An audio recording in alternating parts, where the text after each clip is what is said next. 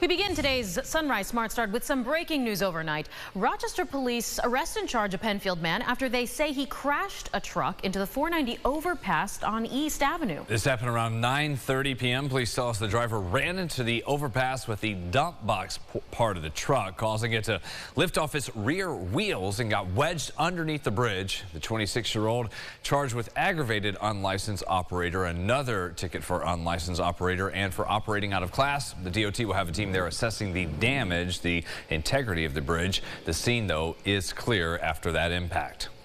New this morning, the Texas Roadhouse restaurant in Henrietta is closed until further notice. We were there early on this morning. A sign from the county health department is posted right on the front door stating the shutdown is ordered under provisions of state sanitary code. It comes after News 8 started reaching out after getting a video from a viewer that appears to show baby mice and unsanitary conditions at the restaurant on West Henrietta Road. That video made the rounds on social media. We sent the footage to the company.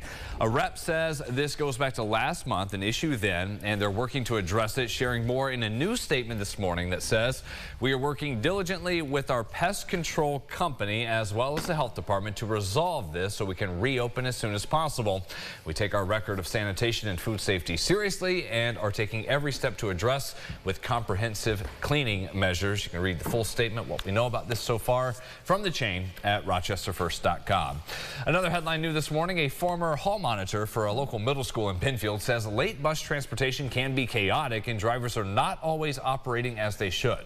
He says that makes the conditions unsafe for the kids. He tried to bring it up and believes he was retaliated against. Aron Spitzer spoke with him about his experience. Aron. Yeah, guys, Jim Morris is that former hall monitor at Bay Trail Middle School, and his main point is that school districts shouldn't be deciding what's okay and not okay to do, rather that laws and regulations are in place for a reason and should be followed. Morris is retired. He was head school bus mechanic for around 30 years, working at Pittsford, Webster, and Penfield schools, so he gets a pension and Social Security. He says he was a hall monitor to keep busy, not for the money. So when he brought up his concerns back in September, he expected quicker action. Instead, he says he was let go because he wasn't staying in his lane after sending multiple emails with his concerns, some of which had video attached. When I sat down with him, he showed me footage of what he was talking about. He says for a long while, buses weren't lined up properly, allowing other cars to pass through and kids to walk in between. He also says drivers aren't using their reds when they're supposed to, indicating to other drivers they should stop. And he's noticed a bus that does pick up on 5 Mile Line Road, and while moving, the door is kept open between stops.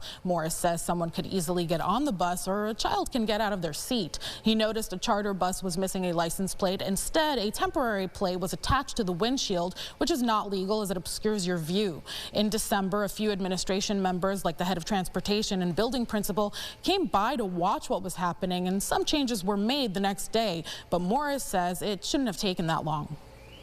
They know I care about the kids. They know I care about safety. They know I'm frustrated that things aren't attended to.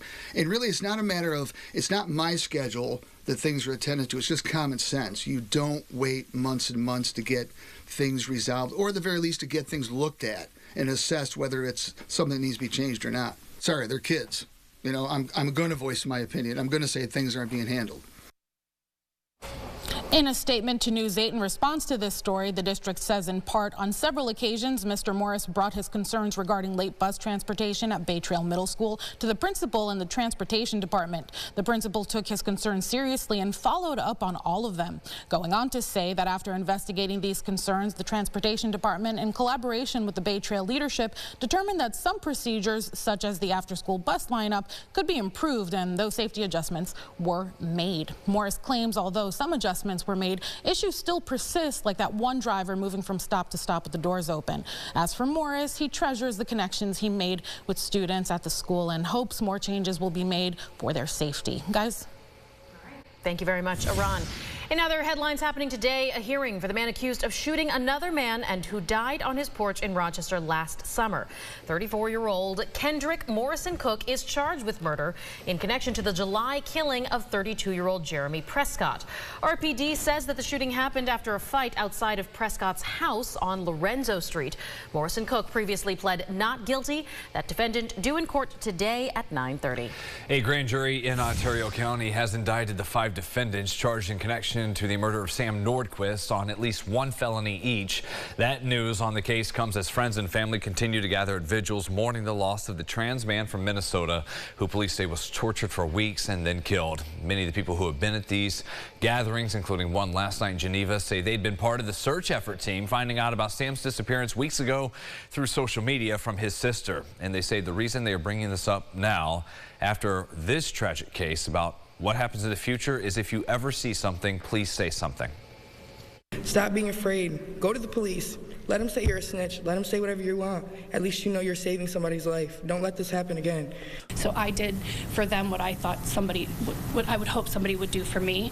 And Sam's a human being, a beautiful one, and it's just unfortunate that people are that disgusting and that ugly. As for what's next in court, the 5 defendants were scheduled for a hearing today. That's been postponed. The DA's office says they will show up at a later date once the indictment is officially filed.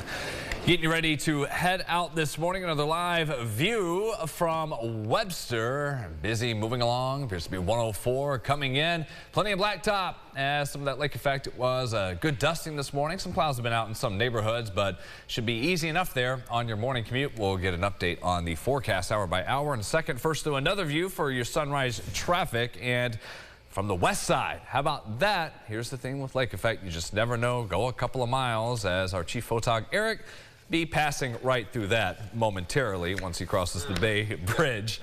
Main expressways, though, they are all moving along pretty much at speed at this point.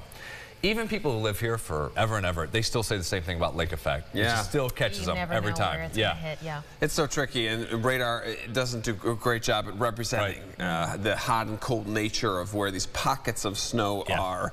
It always favors the shoreline, right? 104 and north. If you're in the Finger Lakes, you're generally in good shape. But everybody in the teens, 20 degrees for a high temperature.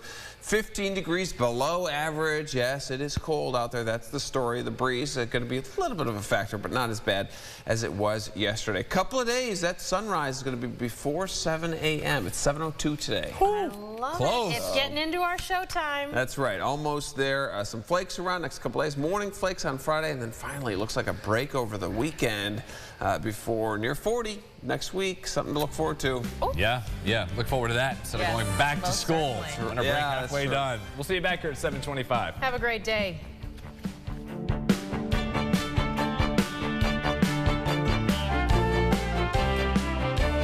Follow News 8 wherever you are on RochesterFirst.com, Facebook, X, and on our app for news and weather.